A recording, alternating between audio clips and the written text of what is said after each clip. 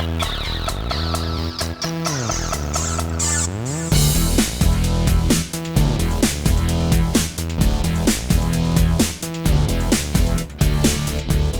it's been great. The evening was marvellous. You know, the letter, which is part of this campaign, the anniversary that TCM are helping of Betty Davis. And it's a great movie, lovely audience, and a nice Q&A afterwards.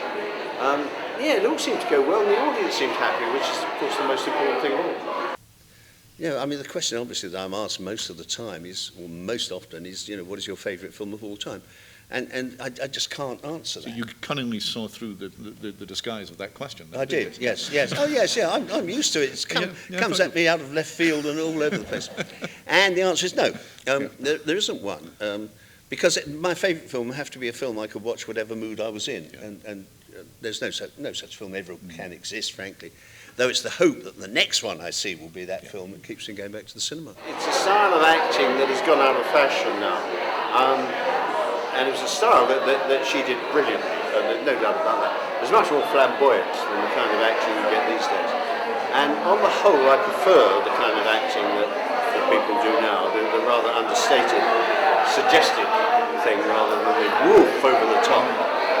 But nevertheless, if you want over-the-top acting, then you can't do better than Bette Davis. To a large extent, I suppose a movie star is somebody who is instantly recognisable as himself, whatever role he happens to be playing. But yeah, I would agree. I mean, an awful lot of them now do want to try something different. And in some cases, I think this is commendable. I mean, I'm a big fan of Johnny Depp, who never comes out of the same trap twice. I hate him because he's so bloody good looking. You know.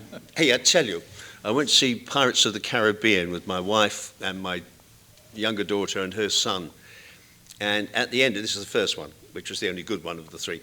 And at the end of the film, as Keira Knightley goes off with Orlando Bloom, my wife is sitting there shaking her head sadly and saying, "You silly girl, you should have gone with Johnny Depp."